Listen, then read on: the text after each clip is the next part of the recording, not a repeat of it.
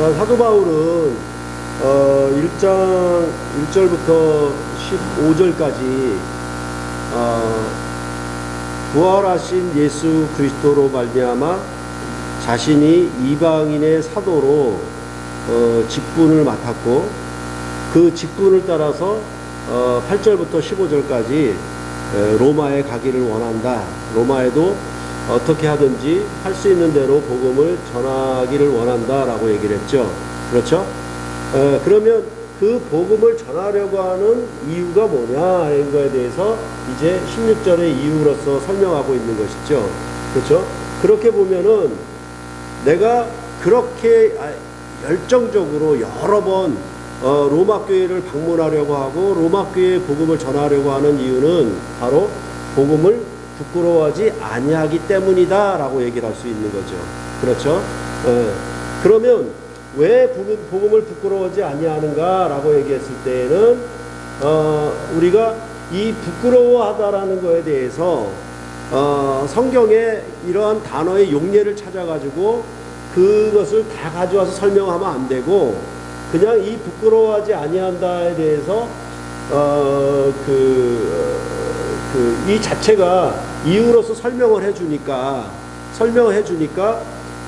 이 복음은 하나님의 능력이 됨이라고 얘기를 하는 거죠. 그렇죠? 그러니까 여기 능력이 되기 때문에 부끄러워하지 아니한다라고 얘기를 할 수 있잖아요. 그렇죠?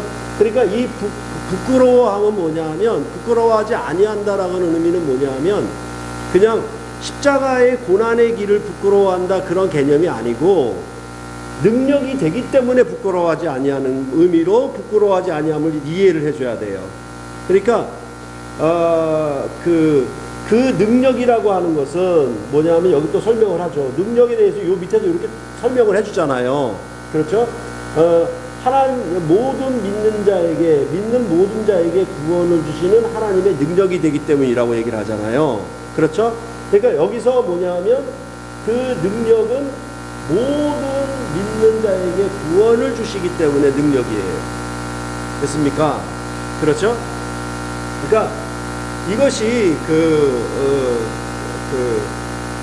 사실은 뭐라 그럴까요? 그냥 국가대표가 되게 되면, 국가대표면 전 국가를 대표하는 거잖아요. 전국체전 나가게 되면은 도를 대표하잖아요. 시나 광역시나 도를 대표하잖아요. 그렇죠? 그런 것과 다르게 사도 바울은 정말로 이 복음의 사도직을, 이방인의 사도직을 받은 거에 대해서 부끄러워하지 아니하는데, 이 복음은 뭐냐 하면 모든 믿는 자에게 구원을 주시는 능력이 되기 때문에 부끄러워하지 않는 거예요. 그러면 그 믿는 모든 자를 설명해 주는 말이 또 여기 있단 말이에요. 되겠죠? 그렇죠? 그래서 첫째는 유대인에게요, 또한 헬라인에게로다 이렇게 얘기했을 때, 여기 첫째는 했을 때 이제 우리 개역개정은 먼저는 이렇게 나왔었죠. 지난번에 1장 8절도 개역 한글에서는 첫째가 나왔는데 그걸 전부 개역개정에서 먼저로 바꿔놨어요. 그렇죠? 그러니까 왜 먼저냐, 왜 첫째냐라고 얘기했을 때에는 이거는 구원의 역사를 담보하고 있는 거예요. 아시겠어요? 그러니까 구약 무시가 일어나면 안 되겠죠. 그렇죠? 그러니까 하나님이 예수 그리스도 안에서 주시는 모든 구원, 모든 믿는 자에게 구원은 뭐냐 하면 항상 유대인을 통해서라고 얘기할까? 유대인을 거치지 않으면 안 돼요. 그렇죠? 그러니까 구약에 나타난 이 역사를 무시해서는 절대로 안 돼요. 이거를 반드시 이루어야 되는 거예요. 그러니까 예수님이 뭐냐 하면 갈라디아서에도 여자에게서 났다, 율법 아래서 났다라고 하는 얘기들은 전부 뭐냐 하면 이 부분에 대해서 자기가 감당을 해야 되는 거예요. 자기가 감당을 해야 되는 거야. 하나님이 이걸 무시하고 그냥 헬라인에게, 이방인에게 새로운 능력을 보였다 이렇게 하면 안 되고, 그 능력이라고 하는 것은 뭐냐 하면 유대인에게 나타난 하나님의 언약의 통치, 그것을 헬라인에게까지 확대하는 이런 것이 뭐예요? 능력이 되는 거죠. 즉 다시 말해서 언약의 신실하심이 능력이 되는 것이죠.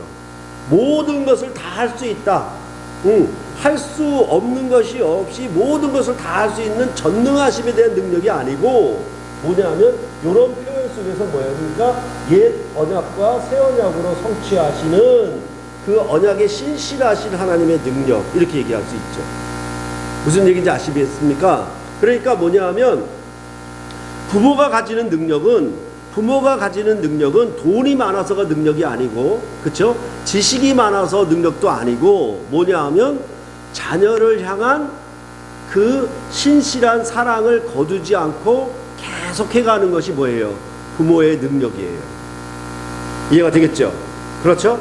그러니까 부모가 키가 크다, 외모가 뛰어나다, 좋은 학교 나왔다, 돈 많다라는 것이 파워가 아니라 자녀의 어떠함에도 불구하고 자녀를 신실하게 끝까지 양육해가는 능력, 그게 뭐냐면 부모의 능력이라고 할 수 있겠지.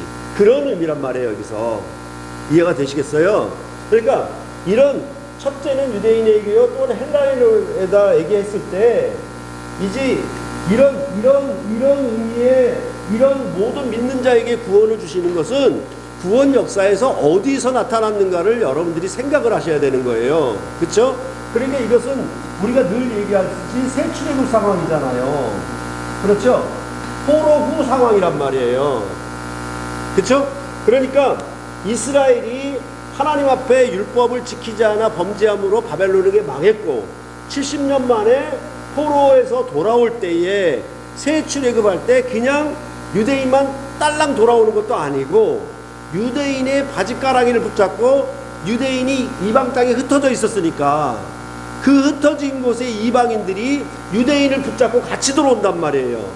그래야 삽제인이고 유대인이고 다음은 헬라인은 이 말이 맞는 거죠. 아시겠죠? 그렇죠? 그러니까 이런 의미가 지금 뭐냐면 전적으로 이제 뒤에 설명을 하지만은 이게 새 출애굽을 가지고 있는 그 포함하는 그거 하는 내용이란 말이에요. 이 자체가. 그러니까 이제 여러분들이 얘기했듯이 뭐냐면 구약의 모세로 말미암은 율법은 어디까지나 유대인만의, 그렇죠? 그들만의 구원이라고 할 수가 있겠죠. 그렇죠? 그리고 그 땅의 경계가 분명히 있었죠. 가나안 땅을 경계로 한 그것이 통치 영역이겠지. 그게 다윗 왕의 통치 영역이고, 그렇죠? 그런 부분들을 생각하면은 이런 부분들이 이게 새 출애굽을 말씀하는 그 예언의 성취를 얘기하는 방식이구나. 선지자들로 말미암아 그렇게 그 1장 2절에 이 복음은 하나님이 선지자들을 통하여 이렇게 얘기를 했잖아요. 거기서 뭐냐면 율법과 선지자가 아니고 선지자들을 통하여 이렇게만 얘기했어요. 그거는 다분히 뭐냐면 선지서들에 나타난 새 출애굽에 대한 이 메시아 왕국의 도래를 얘기를 하고 있는 관점이란 말이에요. 지금 바울이 가지고 있는 관점이. 이해를 하겠죠? 그렇게 되면은 이러한 것을 부끄러워하지 아니한다라고 얘기했고, 그러면 그 구원이 모든 믿는 자에게 구원을 주시는 능력은 뭐가 나타났기 때문이냐면 하나님의 의의가 나타났기 때문이에요. 하나님의 의의가 나타났기 때문이죠. 그래서 이제 그 중요한 것은 여기 나타나서라는 단어, 이게 중요한 거야. 이거 현재형이에요. 현재형이고, 이거는 뭐냐면 새로이 나타나는 거죠. 새롭게 나타나는 것이죠. 그러니까 뭐냐면 이제 새 출애굽을 얘기하다 보면 당연히 나와야 되는 게 뭐냐면 새 언약이 나오게 됐죠. 그러겠죠? 그렇죠? 새 언약이 나오게 됐죠. 이 언약은 뭐냐면 의의 개념이란 말이에요. 히브리어 갖는 의의 개념이란 말이에요. 새로운 의의가 오는 것이죠. 그걸 아까 설명한 것처럼 이 언약을 그냥 믿음에 대한 부분들을 신실하심만으로 풀어가면 안 돼요. 뭐냐 하면 이 언약으로 통치한다는 개념이 있단 말이에요.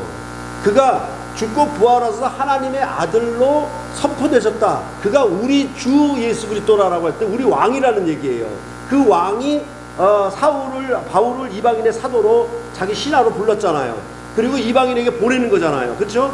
그러니까 그 의의 통치가 나타나는 거예요. 이 통치의 경계가 어디가? 이제 천하 만민이겠죠? 그렇죠? 그러니까 마태복음 같은 경우는 뭐다? 하늘과 땅의 권세를 주셨다라고 얘기를 하죠. 이렇게 얘기를 하고 있죠. 그러면 이 하늘과 땅의 권세는 다윗 왕이 가졌던 권세는 가나안 땅의 권세만 가진 거예요. 그런데 예수 그리스도 안에서 그가 부활하심으로 말미암아 하늘과 땅의 권세를 가졌으니까 이제 천하 만민에게 복음을 전파하라. 이렇게 마가복음은 끝에서 얘기하는 거고, 그렇죠? 그리고 마태복음은 모든 족속으로 제자 삼으라고 그렇게 명령을 내리는 거예요. 아시겠죠? 그러면 이 통치, 이렇게 언약과 의가 통치 개념은 뭐다? 항상 가정을 생각하면 된다 그랬죠? 그렇죠? 그러니까 언약 공동체는 법으로 통치하는 게 아니, 이게 법적인 개념이 아니라고요. 단어는 법적인 개념이에요. 그리스 로마의 헬라어 개념으로는 그 단어의 원초적인 의미는 법적인 의미예요. 그런데 이 법적인 단어를 가져다 쓰면서 뭘로 사용하냐면 바울은 히브리어의 의적인 개념으로 가져다 쓴 거래요. 그러니까 이 의미는 뭐냐면 언약적이고 관계적인 의미란 말이에요. 아시겠죠? 그러니까 언약이라고 하는 것은 어떻게 되는 거냐면 언약을 맺을 때 어떻게 됩니까? 믿죠? 언약을 체결할 때 믿는 거잖아요. 그렇죠? 그로 말미암아 언약이 체결되잖아요. 그렇죠? 이렇게 되잖아요. 그러면 기본적으로 우리가 하나님의 의가 새롭게 나타났는데 새 언약과 같은 새로운 의의 통치가 나타난 거예요. 그렇죠?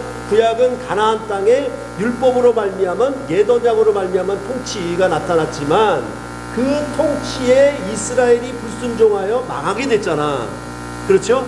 망하게 된 가운데 거기서 뭐예요? 새로운 의를 하나님이 주실 것을 선지자에게 약속하는 방식이죠. 그렇죠? 그게 예수 그리스도 안에 나타났다. 이렇게 얘기하는 거죠. 이게 이제 예수 그리스도 안에서 이게 나타났다. 그 선지자들에게 약속하신 그것이 여기서 나타났다라는 얘기겠죠. 그렇죠? 그래서 복음에는 하나님의 의가 나타났는데 뭐냐면 믿음으로 믿음에 이르게 한다라는 것이죠. 그렇죠? 믿음으로 믿음에 이르게 한다 했을 때 아까도 설명했던 것처럼 뭐냐면 미안해요. 잘 안 하는데 내가 일부러 에크라는 전치사랑 에이스라는 전치사를 쓴단 말이에요. 이렇게 이게 아까 말씀드린 것처럼 from과 into 개념이란 말이에요. 그렇죠? 그러니까 이런 개념들을 이해를 해줘야 돼요. 그 전치사적 개념이 그 원래 가지고 있는 아주 본래의 의미, 그렇죠? 그러니까 on이라는 의미, in이라는 의미, into라는 의미. 그러니까 in이라는 의미는 활동성이 없죠. 그냥 여기서 점 하나 찍은 거잖아요. in 개념은. 그렇죠? 그죠?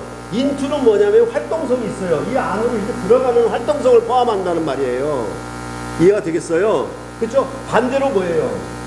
여기서부터 나가는 개념은 from 개념이죠. 그렇죠? 이게 이렇게 이 단어가 이런 뜻을 갖고 있단 말이에요. 지금요. 이 단어가 아시겠어요? 그러니까 믿음으로부터 믿음에 이르게 한다라는 개념이 이런 개념을 갖고 있는 거예요. 그렇죠? 그러니까 이런 부분들이 뭐냐 하면 이렇게 생각을 해볼 수 있잖아요. 어떻게 생각을 해보냐면 약혼을 생각해 보세요. 약혼도 믿음으로 맺어진 관계죠. 그렇죠? 약혼도 믿음으로 맺어졌잖아요. 그렇죠? 그런데 이게 어디로 가요? 결혼으로 가죠. 그렇죠? 그러면 뭐예요? 믿음으로부터 시작해서 믿음으로 들어간 것이 돼 있죠. 오케이? 그러면 성취 개념이 들어가죠. 그렇죠? 그랬을 때 이 언약 체결이라고 하는 것은 항상 뭐냐면 여러분들이 애굽에서 나와서 어떻게? 시내산에서 언약을 체결함으로 가는 거죠. 그럼 어떻게 하는 거예요? 여기서 에크했잖아. 나왔잖아. 그쵸? 어디로 들어갔어? 여기로 들어갔지. 이거를 뭐라고 얘기하냐면 성경은 속했다라고 얘기를 하는 거예요. 언약을 맺으면 관계가 맺어지는 거고 누구에게 속해지는 문제잖아요. 아시겠죠? 그렇죠? 그러니까 이제 이러한 것을 이렇게 이르게 하는 결정적 사건이 뭐다? 하나님의 의가 예수 그리스도 안에서 나타났다. 복음에 나타났다. 이 하나님의 아들에 관한 것이니까 그에 나타났다라는 얘기죠. 그렇죠? 그 말은 뭐냐면 예전에 선지자들이 예언했던 그 언약의 통치가, 그 의가 이제 하나님 앞에 나타난 거죠. 그러면 뭐냐면 여기서도 이 약혼도 쌍방의 개념이 있죠. 그렇죠? 여기도 쌍방의 개념이 있죠. 그런데 여기에 쌍방의 신실한 관계랑 여기에 쌍방의 신실한 관계는 틀리죠. 무슨 말인지 알겠어요? 그죠? 그러니까 이렇게 얘기하면 이게 옛 언약이 되고 이게 새 언약이 되면은 어떻게 됩니까? 여기의 관계보다 여기의 관계가 더 신실하게 됐죠. 그렇죠? 그러니까 이것은 어떤 책임과 의무 그러면 마치 일개념이 들어가는데 뭐냐면 언약적인 개념은 상호 쌍방이 이게 자연적으로 들어오는 거예요. 이걸 해야지. 물론 이제 맹세하고 서로 언약을 맺었지만은 이게 매일 아침 일어나면서 나는 책임과 의무가 있어. 나는 책임과 의무가 있어. 이걸 맨날 새기면서 내가 그걸 하는 게 아니고 뭐냐면 아예 그게 들어와 있어요. 내가 그것을 새삼스럽게 외치거나 새삼스럽게 기억하거나 떠올리지 않아도 그냥 결혼하는 순간에 뭐예요? 그 언약의 강도가, 그렇죠? 그 언약의 밀접함이 뭐예요? 여기 안에 그 신실함 정도가 오는 거죠. 무슨 말인지 알겠어요? 그죠? 그러니까 이 믿음으로 믿음에 이르게 한다라고 하는데 결국은 뭐냐면 이것도 여기 기록된 바 그러니까 이것을 성취하는 방식이겠지. 그렇죠? 하박국에게 얘기했던 이 부분은 성취한 방법이겠지. 그러니까 항상 하나님의 그 역사는 뭐냐 하면 아담이 범죄하잖아요. 그럼 쫓아내나? 완전히 죽여버리나? 아니지요. 뭔가 또 새로운 걸 주시죠. 그렇죠? 이스라엘이 노아 시대 때 바벨탑을 타고는 또 그랬죠. 그럼 어떡합니까? 하나님이 또 새 것을 주셔요. 그렇죠? 율법으로 보면 이스라엘이 망했어요. 그럼 완전히 망했는가? 아니죠. 새로운 의리를 나타내시죠. 항상 이렇게 뭐예요? 항상 언약을 갱신하는 방식으로 이렇게 동시원적인 구조를 그린다 그랬죠. 구현 역사가. 그러니까 이 상황은 뭐냐면 이 상황 여기 오직 의인은 믿음으로 말미암아 살리라 그랬는데 뭐예요? 이 믿음으로 믿음에 이르게 한다는 것을 오직 믿음으로라고 이렇게 받을 수가 있겠죠. 그렇죠? 문장적으로, 문법적으로. 그런데 뭐냐면 기록된 바가 있기 때문에 이거는 여기의 문맥의 상황을 이렇게 성취했다라고 보는 것이 맞는 거예요. 그러겠죠? 그러면 아까 형제가 푼 것처럼 뭐냐면 이 상황은 뭐냐면 이스라엘이 율법의 범죄함으로 말하면 하나님의 분노를 사고 있단 말이에요. 진노를 당하고 있단 말이에요. 그 하나님이 진노하셔서 이스라엘을 심판하시는데, 징벌하시는데 문제는 뭐냐면 저 갈대아인들, 저 바벨론인들을 들어서 때리는 거예요. 그러니까 하박국 선지자가 불만인 거지. 우리가 잘못한 거 맞는데 저 이방인이 어떻게 우리를 때립니까? 이런 식으로 얘기를 하는 거죠. 그죠?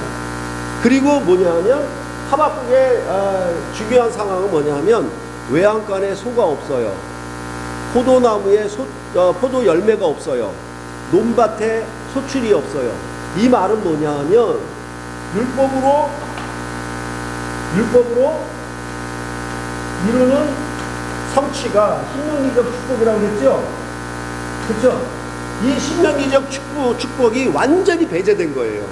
그러니까 논밭에 소출이 없고 포도나무에 열매가 없고, 그렇죠, 외양간에 소가 없는 것은 완전히 황무지가 되고 황폐화되다시피 한 신명기의 축복으로부터 완전히 배제된 거예요. 즉 저주를 받고 있는 것이죠.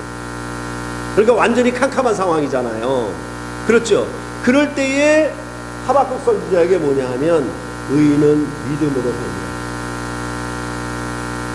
뭔 말인지 알겠죠? 하나님의 신실하심을 바라보라는 거죠. 이제 미래에 한날 이루어질 그걸 바라보라. 그 상황 가운데 오직 의인은 믿음으로 말미암아 살리라가 나온 거예요. 그렇죠. 그러면 이 믿음의 관계는 뭐냐면 언약을 체결할 때 반드시 믿음이 동반되는 것이고, 언약이 체결된다는 것은 쌍방이 연합한다는 얘기예요. 그렇죠? 그죠? 그러니까 여기서는 애굽 바로 왕하고 연합하고 살았다가 여기로부터 나와가지고 누구? 여호와 하나님과 연합한 것이 시내산의 언약 체결이지요. 그렇죠? 이게 새로운 믿음의 관계였단 말이에요. 이 나라가 세워졌는데 어떻게 했다? 다윗 후성 왕들의 범죄로 말미암아 망했다. 그럼 완전히 하나님은 이제 버리는요? 진멸하고 버리는요? 그게 아니죠. 그렇죠? 우리가 은혜와 진리를 얘기할 때에도 금소바지를 만들고 배역 사건을 일으켰잖아. 그러면 하나님은 진멸하겠다 그랬죠. 그런데 모세가 중보기도로 말미암아 하나님이 진멸할 뜻을 돌이키시는 것이죠. 그리고 나서 뭐예요? 인자와 진실이 많은 하나님으로 자기 모습을, 자기 영광을 더 진전되게, 더 발전되게 나타낸다 그랬죠. 예, 그런 것처럼 여기에서 완전히 이제 가망성이 없어. 끝났어. 캄캄해. 아무것도 보이지 않아. 그런데 그 가운데 뭐예요? 그런 황폐화된 상황 속에서 아무것도 지금 눈에 보여지는 헌신은 아무것도 없어. 그런데 뭐냐 하면 의인은 하나님의 언약의 신실하심을 믿음으로 사는 거예요. 무슨 말인지 알겠습니까? 네? 그러니까 이런 관계는 뭐냐 하면 이렇게 얘기할 수가 있잖아요. 이렇게 얘기할 수 있잖아요. 우리가 결혼을 했어. 결혼도 처음에 어떻게 시작한다고? 앞에도 뭐 연애하는 과정에 좀 믿음 과정이 좀 있겠지. 그리고 프로포즈하고 서로 받았잖아. 구두로. 그런데 결혼식에서 믿음이 확정되는 거라고 그랬죠. 그렇죠. 그러면 여기서 출발하는 거잖아. 그렇죠? 여기서 출발하는 거면은 뭐예요? 이제 세상의 결혼처럼 죽음이 갈라놓을 때까지, 검은 머리 파뿌리 될 때까지 여기서 살아가는 전반적인 삶들은 전부 뭡니까? 사랑의 언약을 믿음으로 사는 것이지. 믿음으로 시작해서 믿음으로 끝까지 가는 것이지. 그렇죠. 그러니까 우리의 믿음도 어떻게 해요? 예수님이 재림하면 끝나. 아시겠어요? 예수를 믿어서 시작했잖아. 예수님이 재림하면 끝나. 믿음이 이제 더 이상 끝나지. 아시겠어요? 그런 것처럼 뭐예요? 믿음으로 시작해서 믿음에 이르게 하는 이런 생명의 관계는 뭐가? 온전한 언약일수록, 그렇죠. 그러니까 뭐로 했을까? 여기서 가난이 오고, 경제적인 궁핍이 오고, 시련이 오고, 그 다음에 질병이 와. 그럴 때 이것을 살아내는 능력은 뭐냐고. 돈이 없으면 돈이 채워지면 살아내는 능력이 되는 거고, 건강을 잃으면 건강이 채워져야 능력이, 둘이 살만한 관계가 되는 거냐고. 그게 아니라 그런 상황에서도 불구하고 뭘로? 믿음으로 다 이걸 이겨나가는 것이지. 무슨 말인지 알겠어요? 네? 그게 서로가 언약 가운데 믿음으로 사는 것이죠. 네. 돈만 많이 벌어오면 좋다고 하다가 돈 못 벌어오면 남편을 갖다가 뭐 보듯이 하고 그렇게 하면은 뭐예요? 이 사랑의 언약으로 보는 관계가 아니지. 둘이 사는 관계가 아니죠. 그렇죠? 그건 경제적인 공동체지 언약의 공동체는 아니잖아. 그렇죠? 그러는 것처럼 이 믿음에서 믿음에 이르는 것, 오직 의인은 믿음으로 말미암아 살리라 했던 그 하박국의 믿음의 선지자에게 요구했던 그 믿음이 나타났다. 그렇게 했을 때 그 믿음의 나타남은 결국은 뭐겠어요? 이제 옛 언약의 믿음의 관계보다 새 언약의 관계가 더 온전해져야 되겠지. 둘의 관계가. 그렇죠? 그것을 무엇으로 말미암아? 죽고 부활하신 예수 그리스도의 권세, 그 하나님 아들의 권세로 말미암아, 죄사함의 권세로 말미암아 그 사이가 뭐예요? 이제 온전한 연합이 가능해진 것이죠. 되겠어요? 그렇죠? 그러니까 누가 잘 봤냐면 제임스 던이 잘 봤어요. 뭐냐면 믿음에 이르게 한다, 이런 관계를 뭐냐면 3장 22절부터 4장에 나오는 아브라함의 믿음을 설명할 때. 그러니까 결국은 뭐예요? 어떻게 보면 아브라함의 믿음부터 시작해서, 그렇죠? 예수 그리스도를 믿는 믿음 안에서 이거 다 이루어진 거예요. 아브라함으로 말미암아 모든 족속이 복을 얻으리라는 아브라함이 믿음으로 시작했던 그 조상이 시작했던 그 믿음이 어떻게 예수 그리스도의 죽고 부활하심 안에서 천하 만민이 들어오게 됐으니까 이 믿음이 여기서 성취된 거죠. 그게 이제 나타났단 말이에요. 아시겠어요? 그렇게 함으로 뭐다? 그 다음에 얘기하는 게 뭐냐면 새로운 왕국, 이건 아담의 왕국이 아니라 예수 그리스도 한 분의 왕국이라는 5장에 설명하고, 그 다음에 뭐냐면 6장의 세례, 그쵸? 연합관계죠. 결혼식이죠. 그쵸? 그 다음에 7장 6절 9절에 남편이 있는 여인이 어떻게 율법 남편과 결혼했을 때, 아니면 율법 남편이 죽고 새로운 남편과 연합했을 때 연합을 얘기하잖아요. 언약관계를 얘기하잖아요. 그것이 뭐냐면 이제 새로운 언약관계로 산다. 즉 믿음으로 말미암아 살리라는 거죠. 그렇죠? 그러니까 결혼의 모든 삶들은 뭐예요? 무슨 말인지 알겠죠? 여기가 산다라고 하는 것, 산다라고 하는 그 삶 자체가 뭐냐면 전부 믿음으로 사는 것이죠. 이해가 되겠습니까? 되겠어요? 그죠? 그런 삶이 우리 안에 왔다, 이렇게 얘기하는 거예요. 그것 때문에 뭐예요? 아까 광성이 얘기했던 것처럼 뭐냐면 그 왜 화평의 하나님과의 화평을 얘기를 하겠어요? 이 화평의 관계는 뭐냐면 3장 21절 이하를 가게 되면 뭐예요? 유대인과 이방인이 차별이 없다, 이렇게 얘기하죠. 그렇죠? 그러니까 유대인과 이방인이 같이 들어왔죠. 그 다음에 차별이 없다고 얘기를 하죠. 그러면 이 자체가 뭐예요? 차별이 없다는 거는 화평하다는 얘기고, 그 다음에 뭐예요? 복음 전파의 사명이 있는 거, 선교의 사명이 있는 건 유대인과 헬라인이죠. 오케이? 이해가 됩니까? 그쵸? 이것이 뭐예요? 그래서 아까 성훈 형제가 얘기했나? 어떻게 해요? 교회 내에서의 화평만 목표가 아니라고. 그쵸? 이것은 디딤돌이야. 그쵸? 이것이 자기에게 자랑이 돼야 돼. 복음의 능력이 돼야 돼. 왜냐하면요, 여러분과 저는 이 첫째는 유대인이에요. 다음은 헬라인에게라는 이 복음의 능력이 나타난 것이 어떻게 돼요? 그 당시 초대교회에 사도행전에서 헬라인들이 들어오는 것도 있을 거니와 뭐예요? 우리는 2000년이 지났잖아요. 그 가운데도 지금 복음의 능력이 나타나고 있는 거예요. 내일 지연서 자매가 세례를 받는 것 자체가 뭐예요? 복음의 능력이 나타난 거죠. 그렇지 않아요?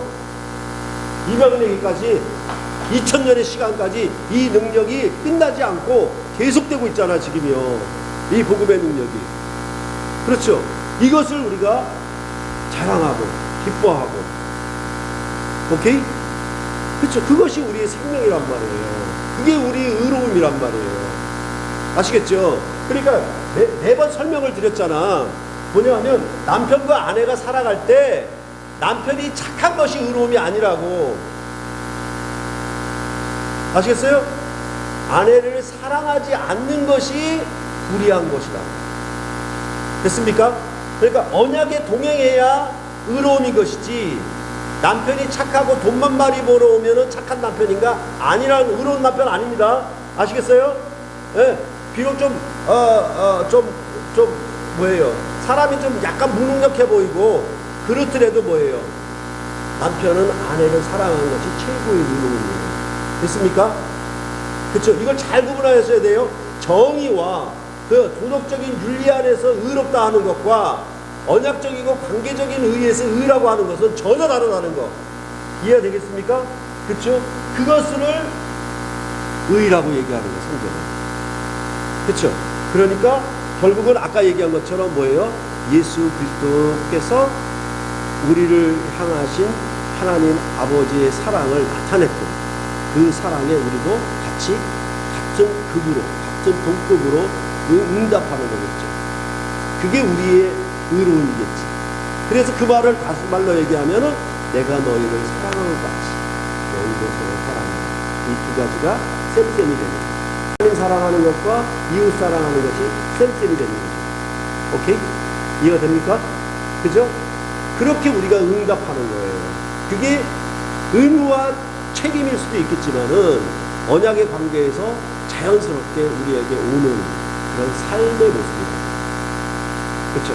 그것이 성령으로 말미암아 자기 자신에게 부어지는 거예요. 오케이? 그렇죠?